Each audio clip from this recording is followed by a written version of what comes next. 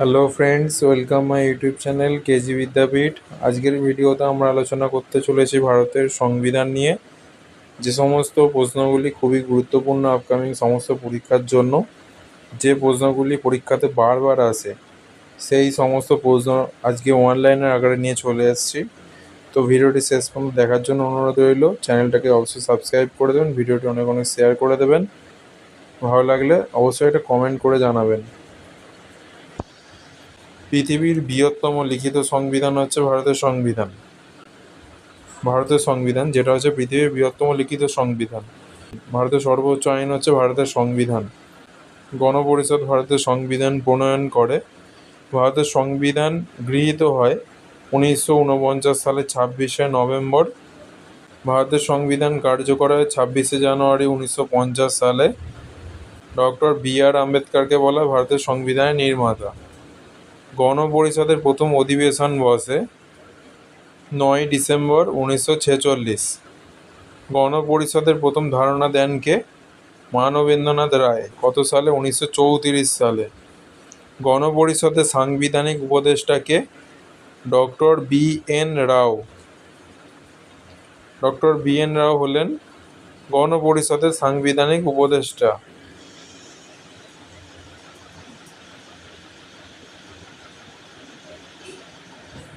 গণপরিষদের প্রথম সভাপতি কে ছিলেন?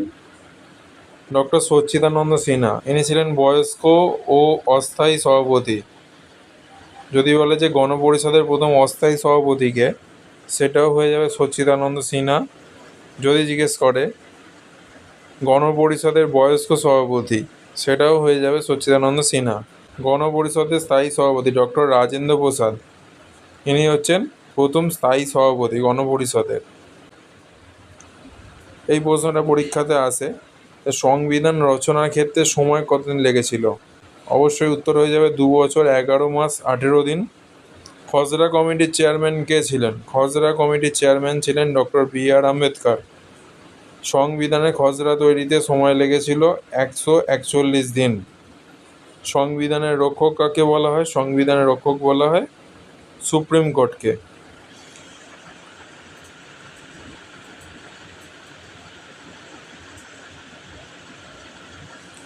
এবার হচ্ছে প্রস্তাবনা বা প্রিএম্বেল। প্রস্তাবনা ধারণা নেওয়া হয়েছে আমেরিকার সংবিধান থেকে। এটা খুবই গুরুত্বপূর্ণ। প্রস্তাবনা ধারণা কোথা থেকে নেওয়া হয়েছে, কোন দেশের সংবিধান থেকে নেওয়া হয়েছে? সেটা হচ্ছে আমেরিকার সংবিধান থেকে নেওয়া হয়েছে। কেশবানন্দ ভারতী মামলা 1973 এই প্রস্তাবনাকে সংবিধানের অংশ হিসাবে উল্লেখ করে। প্রস্তাবনায় মোট 5টি শব্দ উল্লেখ আছে: সার্বভৌম, সমাজতান্ত্রিক, ধর্মনিরপেক্ষ, গণতান্ত্রিক ও সাধারণতন্ত্র। প্রস্তাবনা এখনও পর্যন্ত একবারই সংশোধন হয়েছে, যেটা 42তম সাংবিধানিক সংশোধনীর মাধ্যমে হয়েছিল 1976 সালে। এই প্রস্তাবনায় সমাজতান্ত্রিক ও ধর্মনিরপেক্ষ শব্দটি যোগ হয়েছিল। প্রস্তাবনাকে সংবিধানের চাবিকাঠি, প্রিএম্বেলকে কি অফ কনস্টিটিউশন বা সংবিধানের চাবিকাঠি প্রথম বলেছিলেন কে? পণ্ডিত ঠাকুরদাস ভার্গব। প্রস্তাবনাকে সংবিধানের আত্মা বলেছেন কে? প্রস্তাবনাকে সংবিধানের আত্মা বলেছেন ঠাকুরদাস ভার্গব ও এম হিদায়তুল্লাহ।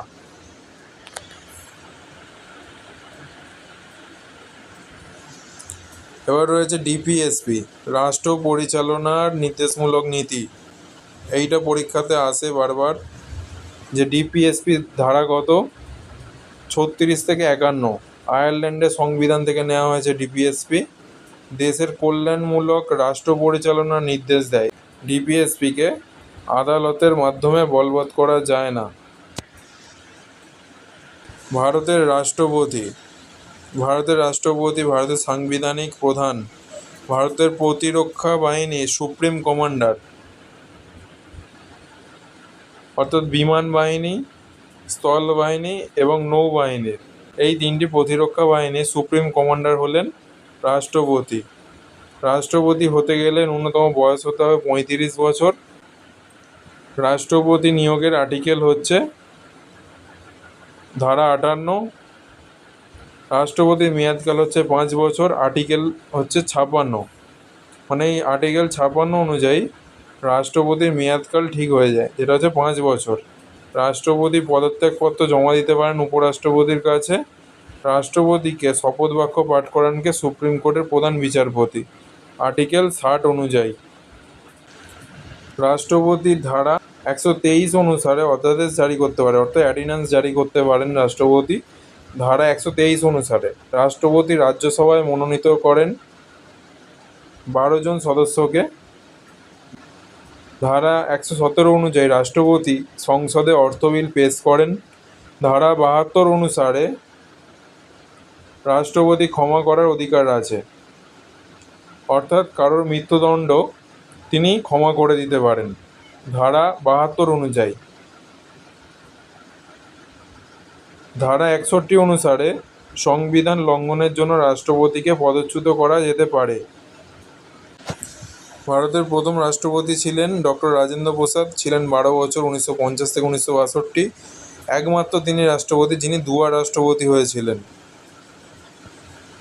ভারতের প্রথম মহিলা রাষ্ট্রপতি ছিলেন কে? প্রতিভা সিং পাটিল, 2007 থেকে 2012। সব থেকে কম বয়সী রাষ্ট্রপতি ছিলেন নীলম সঞ্জীবা রেড্ডি, 64 বছর, যিনি বিনা প্রতিদ্বন্দ্বিতায় নির্বাচিত রাষ্ট্রপতি। এটা খুবই গুরুত্বপূর্ণ। নিজের মেয়াদকালে মারা যাওয়া রাষ্ট্রপতি ডক্টর জাকির হুসেন আর ফখরুদ্দিন আলী আহমেদ। আর বর্তমানের রাষ্ট্রপতি আমরা সবাই জানি দ্রৌপদী মুর্মু, যিনি ভারতের 15তম রাষ্ট্রপতি। ইনি হচ্ছেন ভারতের প্রথম মহিলা আদিবাসী রাষ্ট্রপতি। এবার রয়েছে গুরুত্বপূর্ণ অনুচ্ছেদ, ধারা এবং সংশোধনী। মৌলিক অধিকারের ধারা হচ্ছে 12 থেকে 35, আমেরিকার সংবিধান থেকে গৃহীত। ধারা 14 অনুসারে আইনের দৃষ্টিতে সমতার অধিকার। ধারা 15 অনুযায়ী বৈষম্য নিষিদ্ধ। ধারা 16 সরকারি চাকুরিতে সমান সুযোগ। ধারা 17 অস্পৃশ্যতা দূরীকরণ। ধারা 19 স্বাধীনতার অধিকার। ধারা 21 হচ্ছে জীবন ও ব্যক্তিগত স্বাধীনতার অধিকার। ধারা 21A শিক্ষার অধিকার। ধারা 22 গ্রেপ্তার ও আটকের বিরুদ্ধে অধিকার, প্রিভেন্টিভ ডিটেনশন ল যেটা। ধারা 23-24 শোষণের বিরুদ্ধে অধিকার। ধারা 25 থেকে 28 হচ্ছে ধর্মীয় স্বাধীনতার অধিকার। ধারা 29-30 সংখ্যালঘুদের জন্য এটা শিক্ষা এবং সংস্কৃতির অধিকার। ধারা 32 থেকে 35 সংবিধানের প্রতিকারের অধিকার। মোট 6টি মৌলিক অধিকার বর্ণিত রয়েছে। 1978 সালে 44তম সাংবিধানিক সংশোধনীর দ্বারা সম্পত্তির অধিকারকে মৌলিক অধিকার থেকে বাদ দিয়ে দেওয়া হয়েছে। 32তম ধারাকে সংবিধানের হৃদয় ও আত্মা বলেছেন ডক্টর বি আর আম্বেদকর। শিক্ষার অধিকারকে মৌলিক অধিকারের সাথে যুক্ত করা হয় ধারা 21 অনুযায়ী 86তম সাংবিধানিক সংশোধন 2002 সালে। পঞ্চায়েত ব্যবস্থা সংবিধানে যুক্ত হয় ধারা 243 73তম সাংবিধানিক সংশোধনীর মাধ্যমে। মৌলিক কর্তব্য যেটা হচ্ছে রাশিয়া বা হচ্ছে সোভিয়েত ইউনিয়ন থেকে গৃহীত। আর্টিকেল রয়েছে 51A, অনুচ্ছেদ হচ্ছে 4A। 42তম সাংবিধানিক সংশোধনী 1976 দ্বারা ভারতীয় সংবিধানে যুক্ত হয়েছে। শরণ সিং কমিটির সুপারিশে মৌলিক কর্তব্য যুক্ত হয়েছে। প্রথমে 10টি মৌলিক কর্তব্য ছিল। 11তম মৌলিক কর্তব্য যেটা হচ্ছে 6 থেকে 14 বছর বয়সী শিশুদের অবৈতনিক ও বাধ্যতামূলক শিক্ষার ব্যবস্থা, যেটা হচ্ছে 86তম সাংবিধানিক সংশোধনী 2002 সালে যুক্ত হয়েছে। মৌলিক কর্তব্য শুধুমাত্র ভারতীয় নাগরিকদের জন্যই প্রযোজ্য। মৌলিক কর্তব্য আদালতে মামলাযোগ্য নয়। বৈজ্ঞানিক দৃষ্টিভঙ্গি গড়ে তোলা আর্টিকেল 51A(H)। ভারতীয় পতাকা ও জাতীয় সঙ্গীতের প্রতি শ্রদ্ধা, এটা একটা মৌলিক কর্তব্য, যেটা আর্টিকেল 51A অনুযায়ী বর্ণিত। এবার রয়েছে ভারতের সংসদ ও পার্লামেন্ট। ভারতের সংসদ হচ্ছে দ্বিকক্ষ বিশিষ্ট, রাজ্যসভা ও লোকসভা। ভারতের পার্লামেন্ট গঠিত হয় রাষ্ট্রপতি, রাজ্যসভা ও লোকসভা নিয়ে। এবার রাজ্যসভা ও লোকসভার মধ্যে পার্থক্য কী? রাজ্যসভা ও লোকসভার মধ্যে পার্থক্য হচ্ছে কক্ষ। কক্ষ, এটা রাজ্যসভা হচ্ছে উচ্চ কক্ষ আর লোকসভা হচ্ছে নিম্ন কক্ষ। সদস্য, রাজ্যসভায় সদস্য সর্বোচ্চ থাকে 250 জন, বর্তমানে আছেন 245 জন, যার মধ্যে 233 জন নির্বাচিত এবং 12 জন রাষ্ট্রপতি দ্বারা মনোনীত। লোকসভার সর্বোচ্চ সদস্য সংখ্যা হচ্ছে 550, বর্তমানে 443 জন রয়েছে, যার মধ্যে 524 জন রাজ্যের এবং 19 জন হচ্ছে কেন্দ্রশাসিত অঞ্চলের। এবার হচ্ছে কার্যকাল। রাজ্যসভা হচ্ছে একটা স্থায়ী কক্ষ, এখানে 1/3 সদস্য প্রতি 2 বছর অবসর নেন এবং সদস্যের কার্যকাল হচ্ছে 6 বছর। আর লোকসভার সদস্যদের কার্যকাল হচ্ছে 5 বছর। লোকসভাকে সময়ের আগেই ভেঙে দেওয়া যায়। রাজ্যসভা বা উচ্চকক্ষ, সদস্য হতে গেলে ভারতের নাগরিক অবশ্যই হতে হবে, 30 বছর বয়স হতে হবে। ধারা 64 অনুযায়ী উপরাষ্ট্রপতি পদাধিকার বলে চেয়ারম্যান থাকেন। রাজ্যসভা সদস্যের মধ্য দিয়ে ডেপুটি চেয়ারম্যান নির্বাচিত হয়। ধারা 80 অনুসারে রাষ্ট্রপতি রাজ্যসভায় 12 জনকে মনোনীত করেন। এরপর হচ্ছে লোকসভা। ধারা 84 অনুযায়ী লোকসভা সদস্য হতে গেলে 25 বছর বয়স হতেই হবে, কোনো লাভজনক পদে যুক্ত থাকলে হবে না, অর্থাৎ কোনো বিজনেস বা কোনো সরকারি চাকরি এসব থাকলে হবে না। লোকসভা সভাপতিত্ব করেন কে? লোকসভা স্পিকার। স্পিকার পদত্যাগপত্র ডেপুটি স্পিকারকে জমা দেন। ভোট টাই যদি হয় তখন কাস্টিং ভোট দেন। স্পিকার তখন ভোট দেবেন যখন ভোট টাই হবে। কোরাম কাকে বলে? কোরাম হচ্ছে মোট সদস্যের 1/10 অংশকে বলা হয় কোরাম, অর্থাৎ 550 জন যদি সদস্য হয় তার মধ্যে 1/10 মানে হচ্ছে 55 জন, এটা নিয়ে কোরাম গঠিত হয়। লোকসভা প্রথম গঠিত হয় 1952 সালে। লোকসভা প্রথম স্পিকার ছিলেন জিবি মাভালাঙ্কার, গণেশ বাসুদেব মাভালাঙ্কার। আসন সংখ্যা, লোকসভার আসন সংখ্যা হচ্ছে 543টি, বর্তমানে 104তম সাংবিধানিক সংশোধনী 2019-এর পর অ্যাংলো ইন্ডিয়ান 2 জন মনোনয়ন বাতিল হয়েছে।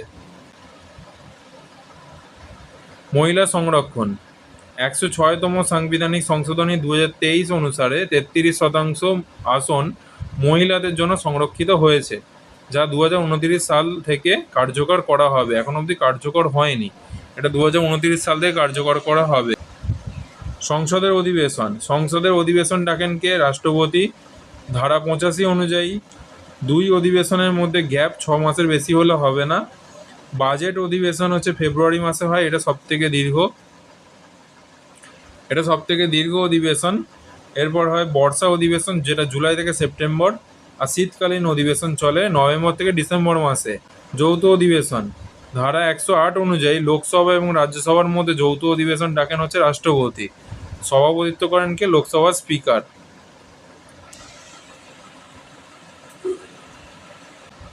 প্রথম যৌথ অধিবেশন হচ্ছে ডাওরি প্রহিবিশন বিল 1961-তে হয়েছিল। সংসদে বিলের প্রকারভেদ, সাধারণ বিল যে কোনো কক্ষে শুরু হতে পারে, 2 কক্ষে পাস হতে হবে অবশ্যই। অর্থ বিল, ধারা 110 অনুযায়ী কোনো বিল অর্থ বিল কিনা সেটা সিদ্ধান্ত নেন লোকসভা স্পিকার। এটা খুবই গুরুত্বপূর্ণ, এটা পরীক্ষাতে বারবার আসে যে কোনো বিল অর্থ বিল কিনা সেটা সিদ্ধান্ত নেয় কে? এটা হচ্ছে লোকসভা স্পিকার। অর্থ বিল রাজ্যসভা 14 দিন পর্যন্ত আটকে রাখতে পারে, সংশোধন করা এটাকে যায় না, অর্থ বিলকে সংশোধন করা যায় না। সংবিধান সংশোধনী বিল, ধারা 368 অনুযায়ী যে কোনো কক্ষে শুরু হতে পারে, রাষ্ট্রপতির সম্মতি বাধ্যতামূলক। সংবিধান সংশোধনী বিলের ক্ষেত্রে রাষ্ট্রপতির সম্মতি বাধ্যতামূলক।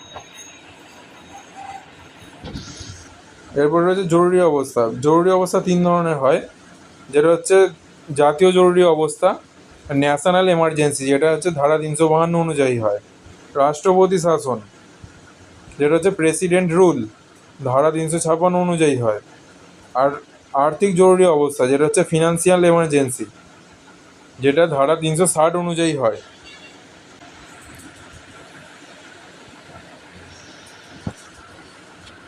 এবার গুরুত্বপূর্ণ কিছু তথ্য আলোচনা করে দিই। প্রোটেম স্পিকার নিয়োগ করেন কে? রাষ্ট্রপতি। এখানে কিছু গুরুত্বপূর্ণ ধারা রয়েছে, যে ধারা 52 রাষ্ট্রপতি নিয়োগের সাথে যুক্ত, ধারা 63 হচ্ছে উপরাষ্ট্রপতি, ধারা 75 হচ্ছে প্রধানমন্ত্রী নিয়োগ, ধারা 76 হচ্ছে অ্যাটর্নি জেনারেল। অর্থ বিলের ধারা হচ্ছে 110, ধারা 112 হচ্ছে বার্ষিক আর্থিক বিবৃতি, যেটাকে আমরা এক কথায় বাজেট বলি। ধারা 123 হচ্ছে রাষ্ট্রপতির অধ্যাদেশ জারি, যেটা হচ্ছে অর্ডিন্যান্স জারির ক্ষমতা রাষ্ট্রপতি, সেটা হচ্ছে ধারা 123 অনুযায়ী রয়েছে। এরপর রয়েছে ধারা 124, সুপ্রিম কোর্ট প্রতিষ্ঠা হয়েছিল ধারা 124 অনুযায়ী। ধারা 153 রাজ্যের রাজ্যপাল ধারা 153 অনুযায়ী নিয়োগ হতে পারেন। ধারা 164 অনুযায়ী মুখ্যমন্ত্রী নিয়োগ হন। ধারা 169 অনুযায়ী রাজ্যের বিধান পরিষদ গঠিত হয়। ধারা 170 অনুযায়ী বিধানসভা গঠন হয়। ধারা 213 রাজ্যপালের অধ্যাদেশ জারি, রাজ্যপাল অর্ডিন্যান্স জারি করতে পারেন। ধারা 226 হাইকোর্টের রিট জারি ক্ষমতা। এইটা পরীক্ষাতে কিন্তু বারবার আসে, যে হাইকোর্ট কত ধারা অনুযায়ী রিট জারি করতে পারে। এটা হচ্ছে ধারা 226। ধারা 280 অনুযায়ী অর্থ কমিশন গঠিত হয়। ধারা 300A হচ্ছে সম্পত্তির অধিকার সংক্রান্ত। ধারা 315 হচ্ছে ইউপিএসসি এবং state PSC, union public service commission এবং রাজ্যের পাবলিক সার্ভিস কমিশন ধারা 315 অনুযায়ী গঠিত। ধারা 324 নির্বাচন কমিশন, অর্থাৎ ইলেকশন কমিশনের সাথে যুক্ত। ধারা 368 সংবিধান সংশোধন পদ্ধতি। তো এই ছিল গুরুত্বপূর্ণ ক্লাস। এটা হচ্ছে আমার হ্যান্ডমেড নোট। তো এই নোটটা আমি টেলিগ্রাম চ্যানেলে দিয়ে দিচ্ছি। ভিডিওটি সম্পূর্ণ দেখার জন্য ধন্যবাদ। ভিডিওটি ইনফরমেটিভ মনে হলে অবশ্যই একটা লাইক দিয়ে যাবেন, চ্যানেলটাকে অবশ্যই সাবস্ক্রাইব করে শেয়ার করে দেবেন।